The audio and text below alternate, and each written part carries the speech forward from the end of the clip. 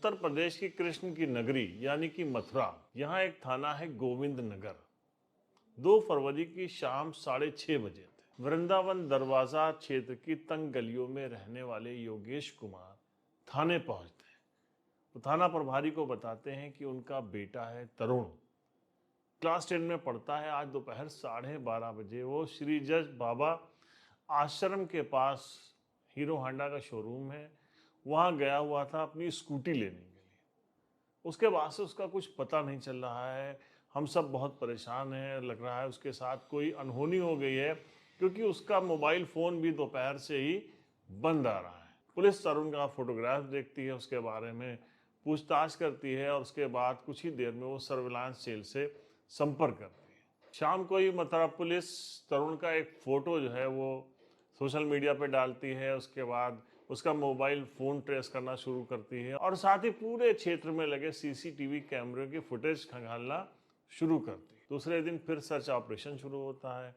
तरुण के कुछ दोस्त भी आ जाते हैं और परिजनों के साथ मिलकर वो लोग भी तरुण के बारे में पता लगाना शुरू करते हैं। 3 फरवरी को ही योगेश की जो बेटी है डिम्पल, उसके मोबाइल पर एक मैसेज आता है। मैसेज में लिखा था कि तुम्हारे भाई तरुण को किडनैप कर लिया गया है, हमें पैसे चाहिए, कितने पैसे और कहाँ लेकर आना है ये हम आपको अगले मैसेज में देंगे। घर वाले ये बात पुलिस को बताते हैं, लेकिन बड़ी हैरानी की बात थी कि जिस नंबर से मैसेज आया था वो नंबर भी तरुण का ही था। अब पुलिस फिर उस टावर क्षेत्र में पता लगाना शुरू करती है जिस एरिया से ये मैसेज डिम्पल तक पहुंचा था। घर वाले परेशान थे, दोस्त यार ढूंढाई कर रहे थे, अनहोनी की आशंका थी। पुलिस भी पूरा जोर मार रही थी। लगभग 200 सीसीटीवी फुटेज जो है पुलिस ने इस बीच में बरामद कर लिए थे, जिनके बारीकी से चेक किया जा रहा था। तभी एक अहम सुराग पुलिस के हाथ लगता है।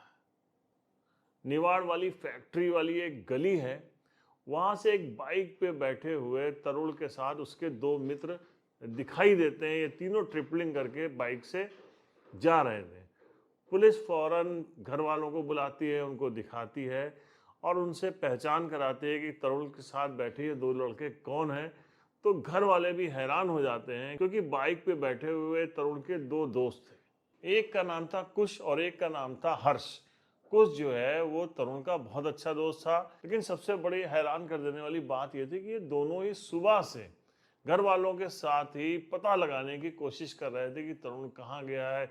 जगह जगह उसके दोस्तों के यहाँ, उसके स्कूल, ट्यूशन, कोचिंग, जहाँ भी वो जाता था, सभी जगह ये लड़के बार बार पता लगाने के लिए जा रहे थे और घर वालों को बता रहे थे। खुद भी वो लोग बहुत परेशान थे। अब पुलिस के हाथ अहम सुराग लग चुका था। पुलिस ने इसके बाद हर्ष को उठाया तो कड़ी दर कड़ी खुलती चली गई और 4 लड़के पुलिस के हाथ लगे।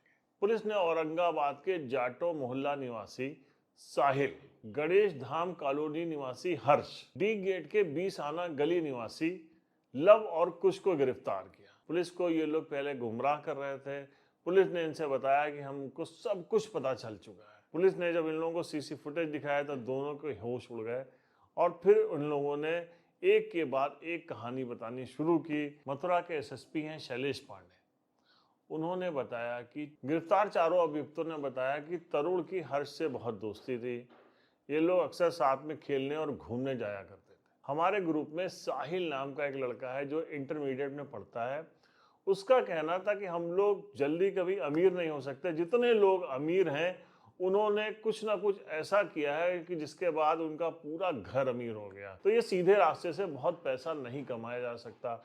हम चारों लोग अपना शौक पूरा करने के लिए अमीर बनना चाहते थे। अमीर बनने का हम लोगों का ख्वाब था। हर्ष ने बताया कि उसका जो दोस्त है ना तरुण, उसके फादर जो हैं वो चांदी के पाजेब का काम करते हैं और बहुत पैसा उनके यहाँ आता जाता रहता है, बहुत पैसे वाले हैं। तो साहिल ने कहा कि एक काम करते हैं, हम लोग एक कोई पार्टी के बहाने जो है वो बुलाते हैं इसको और बुलाने के बाद इसका किडनैप कर लेते हैं और उसके घर वालों से पैसे मांगते हैं, मोटी रकम। तो ये हुआ कि कैसे किया जाएगा किडनैप। तो लियाकत पैलेस के सामने एक महाविद्यालय कॉलोनी है जिसमें लवकुश का एक और मकान है जो बंद रहता है। तो प्लानिंग ये हुई कि तरुण को पार्टी के बहाने यहाँ लाया जाएगा, फिर यहाँ पे उसको किडनैप कर लिया जाएगा, उसके हाथ पैर बांध के उसके घर वालों से मोटी रकम वसूली जाएगी। तो अब ये प्लान बनाया गया है। प्लान के अनुसार हर्ष ने फ़ोन किया तरुण को और कहा कि तुम कहाँ हो, तो उसने बताया कि वो श्री जी बाबा आश्रम के पास जो होंडा का शोरूम है वहाँ आया हुआ है, उसको स्कूटी उठानी है। तो इन्होंने कहा कि तुम उसको बाद में लेना, अभी तो वहाँ टाइम लगेगा, चलो पहले चलते हैं और घर के ऊपर चलते हैं और घर पे पार्टी की जाती है, वहाँ बेहतरीन खाने पीने का इंतजाम हम लोगों ने किया है। अब साहिल के पास बाइक थी, तो साहिल की बाइक लेके कुश और हर्ष वहाँ पहुँच जाते हैं और वहाँ से तरुण को अपने साथ गाड़ी में बैठा लेते हैं। उसके बाद ये लोग क्या कहते हैं कि बहाने से उसका फ़ोन, कहते हैं कि तुम अपना फ़ोन दो यार, अभी तुम्हारे घर से फ़ोन आने लगेगा, ये कर उसका मोबाइल फ़ोन भी स्विच ऑफ कर देते हैं, क्योंकि जिससे जो है वो ट्रेस ना हो सके। फिर उसको खूब गलियों से घुमाते घुमाते महाविद्या कॉलोनी पहुंचते हैं और उसको फिर लवकुश के मकान में ले जाते हैं। ये लोग कमरे में उसको बैठाते हैं, वहाँ कुछ खाने पीने की चीज़ें होती हैं, बाहर ये लोग बात कर रहे होते हैं कि यार इसको कैसे यहाँ पे हम लोग रखें, बांधा जाए और इसके घर वालों से कैसे पैसे मांगे जाए।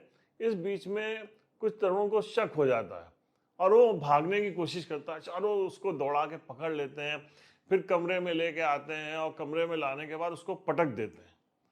और जैसे ही वो गिरता है, साहिल उछक के उसके सीने के ऊपर बैठ जाता है। फिर कोई उसका हाथ पकड़ता है, कोई पैर पकड़ता है, फिर ये लोग रस्सी निकालते हैं और रस्सी से उसका गला कसने की कोशिश करते हैं और इतनी तेज कस देते हैं कि मौत हो जाती है उस 10वीं में पढ़ने वाले बच्चे की। और मारने वाले चारों बच्चे इंटरमीडिएट के थे। अब जब उसकी मौत हो जाती है तो इनके हाथ पैर फूल जाते हैं कि क्या होगा यार, ये तो मर गया। फिर एक जो है जूट का एक बोरा लाते हैं ये लोग, उसको उसमें रखते हैं। उसके बाद रखने के बाद ये लोग उसके ऊपर एक गत्ता रख देते हैं। उसके बाद ये लोग चारों बाइक पे उसका शव को लेकर जाते हैं और हाईवे पर एक नाला बना होता है, वहाँ पर उस नाले में लोग शव को फेंक देते हैं।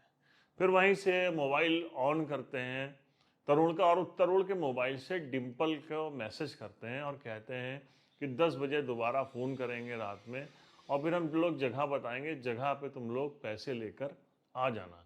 लेकिन इसी बीच पुलिस उनको गिरफ्तार कर लेती है और चारों को गिरफ्तार करने के बाद जब ये खुलासा होता है तो तरुण के घर वालों पर मातम छा जाता है। पूरा घर फूट फूट के रोने लगता है, क्योंकि योगेश का तरुण इकलौता बेटा था, उनकी 2 बेटियां हैं और तरुण छोटा इकलौता बेटा था। तो कैसे इंटरमीडिएट में पढ़ने वाले चारों छात्रों ने एक जल्द अमीर बनने के चक्कर में शॉर्टकट अपनाया और उसका परिणाम कितना भयानक था।